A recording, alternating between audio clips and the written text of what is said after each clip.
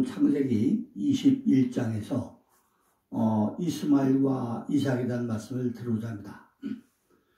우리가 다 아시는 바와 같이 항상 우리 안에는 양면성이다. 양면성.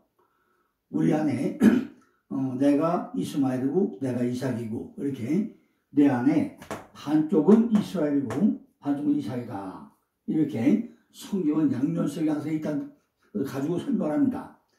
창세기 1장부터 요한계시록 마지막까지 하나만 나누고 채우는 역사. 이것이 창세기 성경의 원리입니다. 어떻게 나누죠? 창세기 1장 1절부터 요한의 마지막 장까지 위의 거로 아래 거로 선택받은 자와 버린 자, 하늘의 것 땅의 것 다 나누죠. 전부 다 나눠가지고 나중에 나누면 채우는 거. 이것이 성경의 기본 원리입니다. 두 번째는요. 전부 다 뭐죠? 위와 아래 좌와 우 둘이 하나 되는 사건. 전부 다 나눴다가 둘이 하나 만들죠. 예를 들면은 아담과 하와가 갈비뼈 빼내가지고 하나가 둘 만들었다가 둘을 결혼해라. 하나 만들어가지고 이것이 결혼이고 이게 연합이고 이게 하나다. 이런 원리로 흘러갑니다. 마찬가지로 오늘 창세기 21장에도 이스마엘과 이삭을 통해서 둘이 나누가지고 도로 하나 된 역사를 설명을 합니다. 이것이 바로 옛 언약과 새 언약으로 설명을 하죠. 우리는 창세기 20장을 통해서 하나님께서 하나님의 백성들에게 베푸시는 구원의 은혜는 인간 측에서의 어떤 것도 근거 삼지 않으시는 완전한 은혜의 산물임을 우리는 확인할 수 있습니다. 성경은요, 약속의 자손, 바로 이삭, 이츠와크, 웃음이죠. 약속의 자손의 탄생을 교보자로 사용해가지고 그 약속의 자손이 의미하고 있는 참 약속의 자손, 갈라디아 3장 16절이죠. 이 약속들은 아브라함과 그 자손에게 말씀하신 것인데 여럿을 가리켜 그 자손을 하지 아니하고 오직 하나를 가리켜 네 자손이라 하였으니 곧 그리스도라. 이렇게 하죠. 그러니까 참 약속의 자손인 예수와 그 예수와 연합된 교회의 탄생은 인간 측에서의 그 어떤 근거도 배제한다는 것을 성경에 수시된 교회들에게 우리들에게 설명하고 있다는 것입니다. 다른 말로 구원은 오직 은혜로만 주어지는 것임을 그림으로 설명해 주겠다는 거죠. 다른 말로 구원은 오직 은혜로만 우리에게 주어진다는 거죠. 약속의 자손 이삭이 탄생하는 21장 바로 앞에 아브라함이 어제 정체에 얘기죠. 아브라함이 어디 간다고요? 부엘셰바에 이제 머무는 거죠. 어제 설명했죠. 그러니까 창세기 21장에도 바로 약속의 자손인 이삭과 출생과 육신의 자손 이스마엘의 추방이 같이 설명해 주고 있다는 거죠. 창세기 21장 1절로 2절 보면 여호와께서 그 말씀대로 사라를 권고하셨고 여호와께서 그 말씀대로 사라에게 행하셨으므로 사라가 잉태하여 하나님의 말씀하신 기한에 미쳐 늙은 아브라함의 아들을 낳았으니 이 말씀을 제가 3일을 설명했죠. 그 말씀대로 앞에 말씀은 아마르고 뒤에 말씀은 따바르다. 아마르와 따바르 완전히 다른데 한글 성경은 좀 구분이 안 된다고 그랬죠. 반드시 뭘 봐야 된다고? 원어를 봐야만이 아마르와 따바르가 구분이 된다고 그랬죠. 약속의 자녀는 인간의 수고나 노력에 의해서가 아닌 하나님의 말씀의 능력을 해가지고 계획되고 진행되며 탄생된다는 것입니다. 아브라함에 의해서 2번씩이나 팔려간 그녀를 방문해가지고 보살펴서 분이 누구였죠? 바로 하나님이었죠. 첫 번째 아브라함이 애굽에 가서 마누라 팔아먹고 다시 두 번째 아들을 팔아먹는데 그걸 부수는 누구라고요? 바로 하나님이잖아요. 그렇게 하나님의 말씀은 그 자체가 능력이라는 거죠. 하나님은 아브라함에게 거듭 반복해가지고 언약의 후손에 대한 말씀을 하고 계셨습니다. 따라서 우리는 하나님의 약속의 말씀이 정해질 때에 반드시 이루어질 것임을 믿고 교묘한 마음으로 하나님의 뜻에 순종하는 삶으로 그 때를 우리는 기다리면서 준비를 해야 될 거라는 것입니다. 첫째로 하나님 그 기간에 안에 인간이 할 수 있는 모든 것은 다 해보도록 우리에게 기회를 주고 내버려 준다는 것입니다. 결국 아브라함은요 100세가 되었고 마른 막대기처럼 불가능한 자가 되었다고 그랬죠. 100원 힘으로 코프, 바늘기, 낙타의 물음, 바로 소만이죠. 바로 십자가를 상징합니다. 결국 아브라함과 사라가 십자가를 통과해가지고 할례, 침례받자 이삭이 태어난 사건을 말하고 있죠. 두 번째는요, 유기된 자들의 라인을 대표하는 바로 서자, 이스마엘이죠. 이스마엘이 독립해 나갈 수 있는 성장의 시간을 배려해주고 있다는 것입니다. 이스마엘 율법이죠. 율법인데 율법도 자기 아들이죠. 왜 그랬죠? 내 안에 율법과 복음이 같이 들어있거든요. 이게 또 내 안에 같이 있다고요. 그러니까 이스마엘도 아브라함의 아들이고 이삭도 아브라함의 아들이라는 거죠. 이렇게 우리 안에 율법과 복음이 동시에 내재되어 있다는 거죠. 율법도 나쁜 것만은 아니죠. 내가 율법을 알아야 죄를 알게 되잖아요. 율법은 그리스도의 인도하는 모범 선생이기 때문에 이 율법을 잘못 살면 이삭, 바로 예수 그리스도, 십자가 복음, 은혜의 복음이 조롱하고 핍박하고 배척하게 되어 있다는 거죠. 그럼 반드시 돼요? 율법을 쫓아내야 된다는 거죠. 그래서 우리한테 뭐죠? 내가 복음 안에 쓰려면 뭐가 있어요? 율법을 쫓아내야 된다는 거예요. 그래서 이스마엘을 쫓아내야 되는 거죠. 그러나 율법도 적법하게 쓰고 나면 선한 거라고 디모데전서 1장 8절 말하고 있죠. 우리는 율법으로 자기 죄를 깨닫게 되고 자기의 연약함을 알게 된다는 거죠. 그 율법도 우리에게 필요하다는 거죠. 율법의 특성은 이스마엘, 하나님께서 들으신다. 그 사건을 통해서 성경이 잘 나타나 있습니다. 율법은 자기 힘으로 진리의 말씀을 찾을 수 없죠. 하나님 앞에서도 아무것도 할 수 없어가지고 탄식하며 울며 긍휼과 은혜를 구하게 만드는 것이 율법이라는 것입니다. 아브라함이 하갈에게 떡은 말씀이죠. 떡과 진리의 말씀이죠. 떡 한 덩이와 물 한 병을 줘가지고 가죽불에 담아서 어깨에 내게 하고 자기 애를 쫓아내버리죠. 그 아들 이스마엘을 데리고 나가서 어디가요? 브엘셰바로 맹세의 우물, 약속의 우물, 그 과거를 다 쫓아버리죠. 여기서 이 말씀은 뭐죠? 왜 브엘셰바죠? 7 우물, 맹세의 우물, 7번 말씀하면서 창조하신 그 7 말씀, 7 언약, 7 맹세의 말씀, 이것이 다 뭐죠? 이 말씀은 우리 주 예수 그리스도와 그 십자가 언약을 모형으로 보여주고 있다는 것입니다. 그런데 율법주의자들이 브엘셰바에서 7 우물, 맹세의 우물을 발견하지 못하고 방황하고 있다는 거예요. 그죠? 율법은 진리를 발견을 못하고 있다는 것입니다.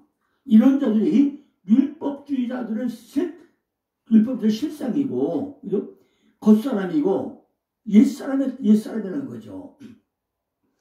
가죽 부대에 물이 떨어져가지고, 이스마엘을 하나님의 들으신다죠. 이스마엘이, 그죠?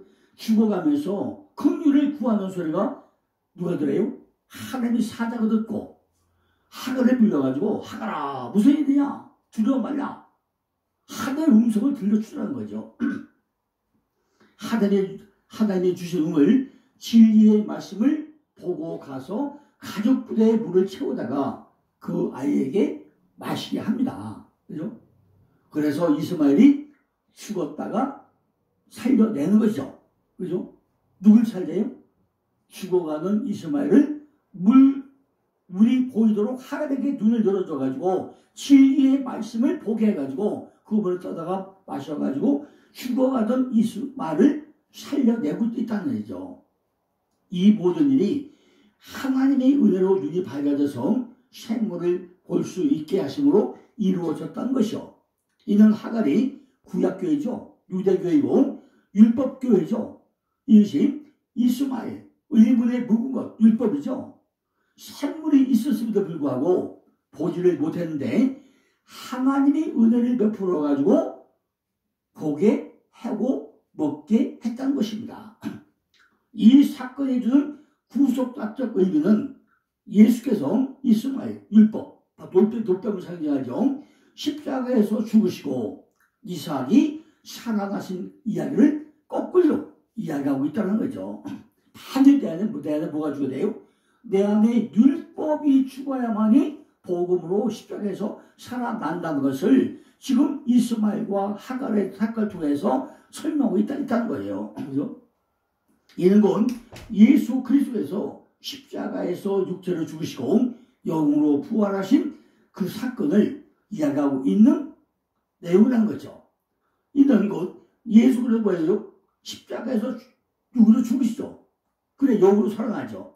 다른 말로 우리의 가족 부대에 하나님이 7번 말씀하신 하나님이 예수님의 치러 십자가 치러 7 우물 맹세의 우물을 채워가지고 가택으로 영생에 이르됨을 우리에게 계시해주고 있다는 거죠. 그래서 율법의 속성과 기능을 알 수 있게 이스마엘 하나님께서 들으신다 이게 지금 주신다는 거예요. 이스마엘이 율법이고 모형이죠. 근심하지 말고 사라가 참교이죠. 내게 이런 말 잘 들어라. 이삭은 은혜의 복음이죠. 십자가를 상징하죠. 그래서 그 이삭에게서 나는 자라야 내 씨라 부를 것이다 그랬어요. 뭐라고요? 은혜의 복음이고 예수 그리스도 십자가 보고서 난 자라야만이 내 씨다. 이렇게 말하고 있다는 거죠. 왜냐면요. 율법은 주님에게로 인도하는 일만 하고는 바로 사라지는 것이 때문에 그렇다고 합니다. 율법은 우리를 예수 그리스도에게 인도한 후에 그리스도가 포개져 가지고 하나가 되어서 사라져버린 운명이기 때문에 사라가 내게 이런 말을 다 들으라고 설명하고 딱 끝나버려요. 왜냐하면 이스마엘과 그의 후손들은 구속사 속에서 유기된 자들이 역할을 맡아가지고 역사의 조개의 종교를 막아야 하는 엑스트라로 존재하고 있을 뿐이라는 것입니다.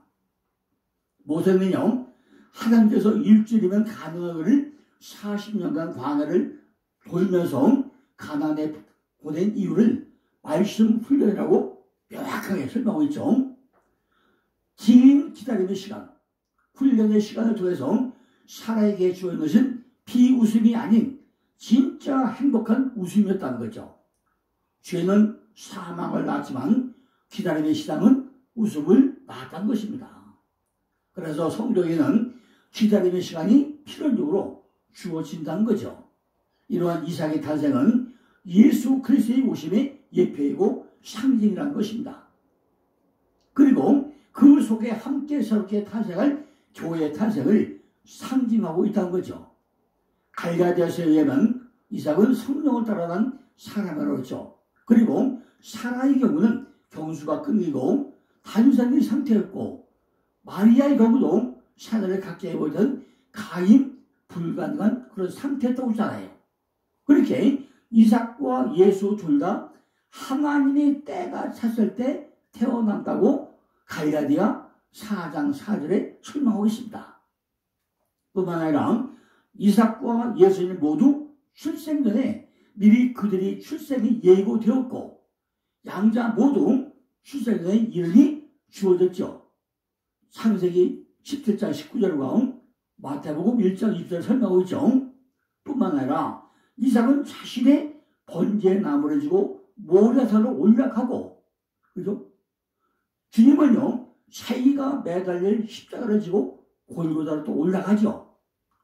죽어야 할 이삭은 어린 양 때문에 살아서 내려왔고, 주님은 자신이 어린 양이 되어가지고 죽으시고 부활하셔가지고 그 산에서 내려오게 되죠. 그러니까 지금 이 이삭의 탄생은 단순히 아기였던 늙은 노부에게 하나님의 능력으로 아기가 태어난 사건이 아니라 구속사 속에서의 예수 그리스도의 탄생과 그 속에서 함께 연합하여 출생이 되는 교회의 탄생에 관한 사건을 설명하고 있는 것을 우리가 알 수 있다는 것입니다. 예수 그리스도도 우리의 요구나 노력이나 자격에 의해서 오신 것이 아니고 우리의 새 창조 또한 우리의 요구나 노력이나 열심에 의해 가지고 되어진 것이 아니라는 것입니다. 이렇게 성경은 끊임없이 인간의 행위와 하나님의 은혜를 대조해 가지고 인간들의 방식과 열심과 수고가 기각시키고 오로지 하나님의 은혜만을 우리에게 부각시켜 주겠다는 거죠. 여기 보시면요, 하갈에서 난 이스마엘은 인간이 자기 가능성을 부인하지 못하고 내어놓는 인간적인 산물, 즉 옛 언약에 속한 율법을 상징하는 것이고, 이삭은 인간의 가능성을 완전히 배제한 상태에서 주어지는 은혜의 산물을 상징하고 있다는 것입니다. 그러니까 하나님의 은혜로 태어난 자들, 성도들은 자기의 힘과 지혜로 세상의 힘을 추구하고 쌓아서 행복과 구원에 도달했던 모든 육적 시도와 그 산물들을 다 쫓아내야 한다는 거예요. 그것이 이스마엘의 추방 사건이라는 것입니다. 이렇게 은혜 앞에서 육신의 산물은 반드시 쫓아내야 한다는 거죠. 무슨 얘기라고요? 우리 안에는 율법에 속선 육신의 산물은 전부 다 쫓아내야 한다는 거죠. 우리 성도는 오로지 하나님의 은혜만을 붙들고 그분께 순종하는 것에서 행복을 얻을 수 있다는 것입니다. 그렇게 인간의 행위에 근거한 옛 언약, 지키면 살고 아니면 죽는다. 이것이 옛 언약이죠. 하나님의 은혜를 근거한 새 언약을 반드시 충돌하고 있다는 거죠. 아브라함에게 있어서 약속의 자손인 이삭이 태어나기 전에는 육신의 자정 이스라엘과의 삶에 별다른 충돌이 생기지 않았습니다. 아브라함도 오직 육신의 아들 이스마엘만 얼마나 사랑했어요. 86살에서 태어나가지고 86살에 이스라엘 낳고 나서 100세 될 때까지 얼마나 사랑하면 그 아들 키웠겠습니까? 그죠? 그런데 이삭이 태어나자마자 충돌이 생기기 시작하더라는 거예요. 내 안에 옛 속성이 있다는 아무런데 새 언약에 들어오고 나니까 충돌이 일어나고 있다는 거죠. 옛 언약의 상징인 이스마엘과 새 언약의 상징인 이삭과의 다툼이 생겨나더라는 거예요. 하나님의 백성은 인간 측에서의 어떤 수고나 노력이나 자격을 근거로 하지 않고 오로지 하나님의 은혜로만 탄생을 한다는 것입니다. 그것이 바로 이삭이라는 거죠. 이츠하크. 죄인들은요, 경수가 끊기고 탄산의 상태이며 이미 죽은 자와 방불한 불가능한 상태에 있다는 거죠. 그런데 하나님의 말씀을 따라 하나님의 약속을 따라 그분의 능력이 임하여 혼돈과 공허 속에서 창조가 된 것이 바로 이스마엘이었다는 것입니다.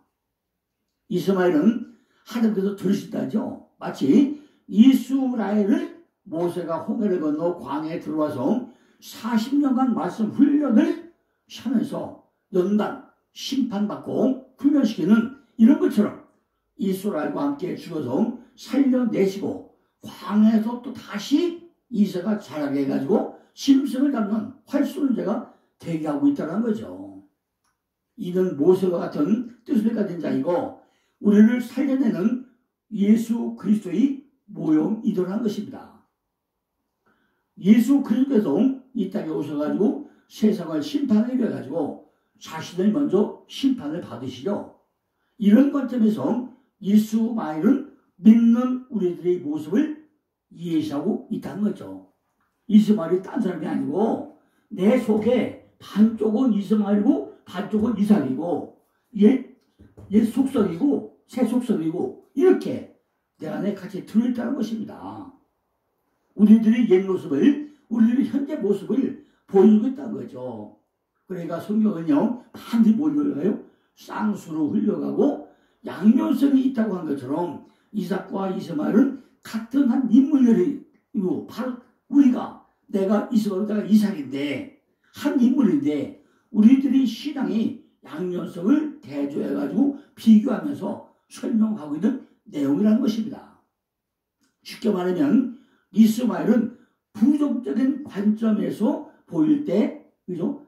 진리에 이르지 못한다는 것이고, 이삭은 긍정적인 관점에서 쓰인 행위와 은혜를 대표하는 이렇게 이스마엘과 대조해서 이삭을 비교 설명하고 있다는 것입니다. 이렇게 행위와 은혜로 대표되는 이스마엘과 이삭은 서로 충돌하게 되어 있다는 거죠. 젖먹이 어린아이인 이삭은 18살 소년 이스마엘에게 당하는 모습이 있죠. 이삭이 생일이라 이스마엘이 조롱했다고 했죠. 그런데 하나님께서 이삭의 편을 드시고 결국 이스마엘을 광야로 내쫓아버리죠. 이 역사 속에서 구해되는 구속사의 드라마가 시작되고 있다는 것입니다. 뱀이 후손인 이스마엘, 육적 속성이 여자의 후손인 이삭, 영적인 큰 힘으로 왜 희롱을 하느냐는 거예요.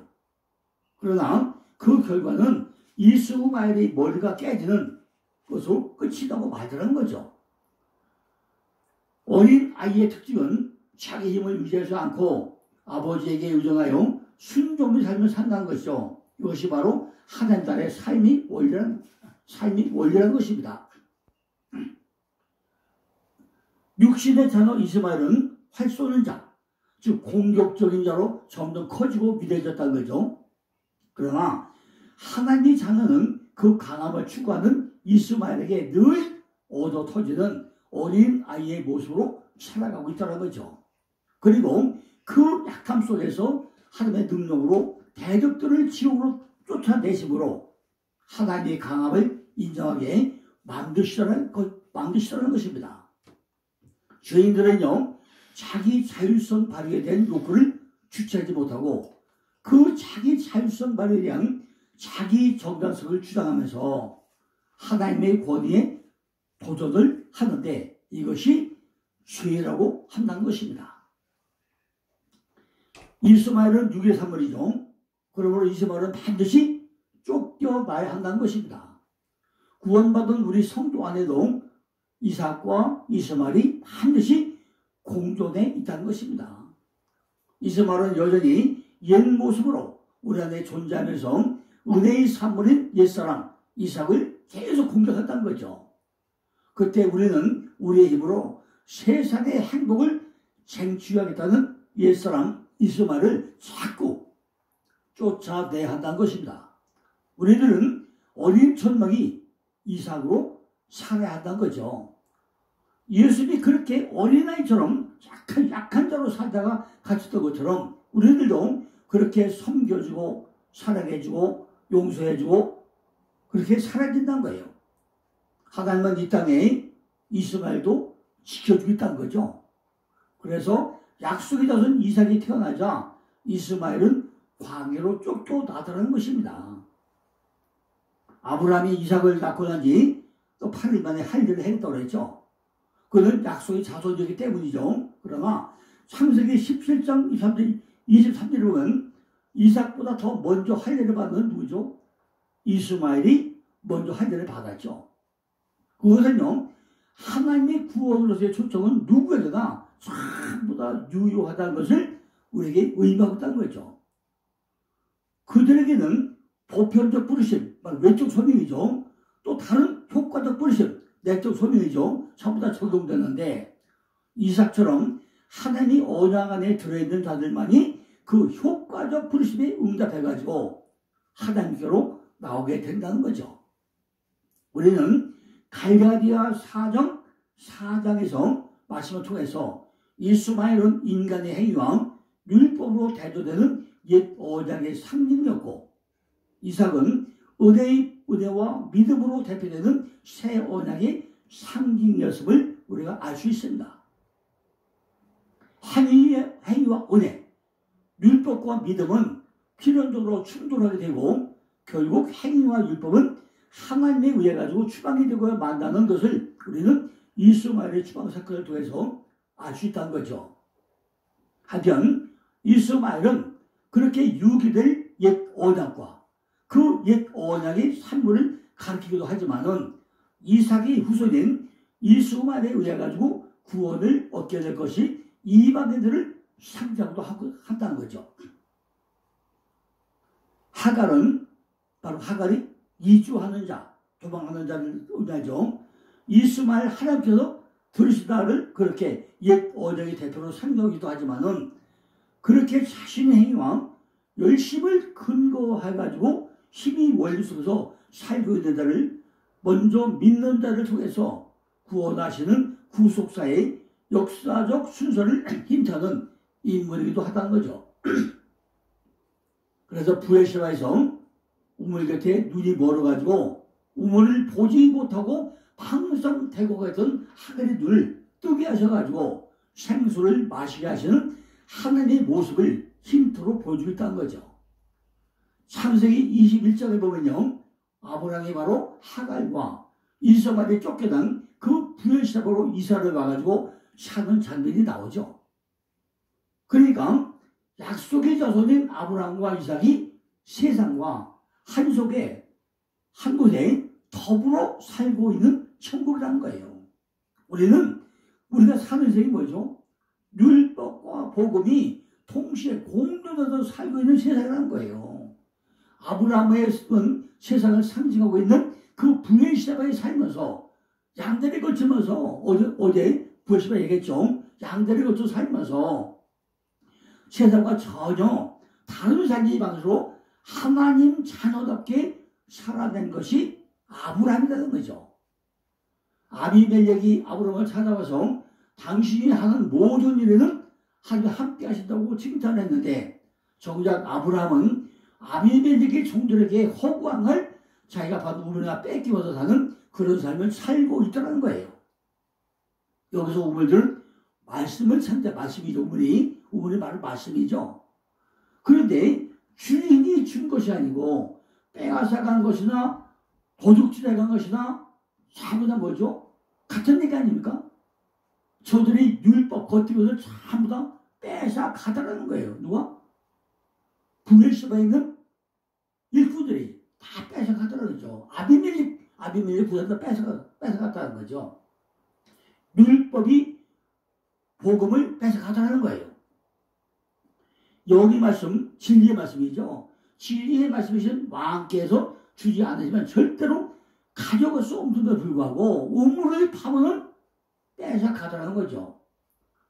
여기서 아비멜렉은 내 아버지는 왕이시라는 뜻이지 않습니까? 그런데 택함받은 성도를 상징하고 있는데 빼앗아가더는 전부 다 종들이니까 율법 아래 있는 자를 상징하고 있다는 거죠. 이들이 원하는 말씀은 바로 율법의 말씀이었다는 거예요. 율법 아래에 있는 자는 상징하고 있는데 이들이 원하는 물은 율법의 말씀이고 구덩이의 물이고 그들은 아브라함이 받은 우물을 율법의 물들을 다 뺏어가더라는 거예요. 아니 진리의 말씀을 가져가야지 왜 율법의 말씀을 뺏어갑니까? 왜요? 결국 아브라함은요 부엘세바에 에스엘야브를 심고 거기서 영생하시는 하나님 여호와의 이름을 불렸고 이 말씀같이 부엘세바에 제단을 잡고 여호와를 불렸다고 그랬죠. 부엘세바는 맹세한 뜻으로 아브라함이 네 번째 제단을 했죠. 아마 아브라함은요 자기가 심은 나무 밑에 그거의 기도처럼 작은 예배를 얻은 그곳에서 여호와 이름을 계속 불렸던 것 같습니다. 주님께서도 기도의 상, 그 동산에 올라가 기도했다고 그랬죠. 여호와 이름을 바로 불렸다고 그랬죠. 우리도 이렇게 다니면서 어디요? 우리의 기도굴에서 기도를 해야 된다는 거죠. 그죠? 그리스도께서 작은 산, 곧 동산에 기도했고 드디어 언약의 첫 열매이자 아브라함을 이을 메시아 계보의 구세주가 된 이삭의 출세하게 되고 약속의 땅 가나안에 정착을 하게 되잖아요. 그죠? 그로부터 2000년 후에 세상의 늑탈당을 승리의 분이 누가? 예수가 또 탄생을 하죠. 그죠? 그 벌거벗은 주님의 모습은 우리의 부끄러운 모습이 되셔가지고 죽으셨다는 것을 상징하기도 하지만은 우리를 위해 가지고 무엇을 비워주시는 동시에, 그죠? 우리의 모든 죄를 담당을 또 볼 수가 있습니다. 잘 보시면 아브라함과 이삭은 새 언약 속에 약속의 자손으로 등장하고 있는 것을 우리가 알 수 있다는 것입니다. 그런데 요한은 새 언약, 새 계명 속의 약속의 자손의 특징을 사랑이라고 설명했다는 거죠. 따라서 진정한 사랑은 어디요? 새 언약에 속한 하나님의 백성들만이 할 수 있다는 거죠. 아브라함은 지금 사랑을 발휘하면서 세상과의 구별된 모습으로 세상의 신성을 받아내는 새 언약의 하나님의 백성의 모습으로 우리 교회에게 보여주고 있다는 것입니다. 아브라함은 부엘시바에서 이 세상 속에 하나님의 나라가 들어와 있음을 보여주는 하나님 나라 백성으로의 삶을 구체적으로 살아내고 있다는 것입니다. 그런데 성경이 아브라함이 살던 그 땅을 뭐라고 그래요? 분리해서 땅이라고 그래요. 이 말은요, 아브라함이 오랫동안 그 땅에서 하나님 나라 백성처럼 살았지만 그것을 최종 목적지로 삼아 살지 않고 그 땅을 나그네요 순례자로 살았다는 것입니다. 분리해서는요, 불려가는, 이주하는, 이사하는 이런 의미예요. 마찬가지로 우리도 이 땅에서 우리가 가야 될 영원한 땅, 젖과 뿌리의 땅, 그 땅을 향해 달려가면서 지금 우리가 살고 있는 여기가 뭐예요? 하나님 나라 도래를 소망하면서 우리도 하나님 나라의 소망을 두고 이 땅에서 나그네 삶을 순례자로 살아가고 있다는 것입니다. 그래서 우리는 뭐죠? 항상 우리는 뭐죠? 우리 마음속에 우리가 가야 될 보장의 땅, 천국, 그걸 향해서 달려가야 된다는 거죠. 자, 내일은 이제 여호와 일에 대한 말씀을 드리겠습니다. 감사합니다.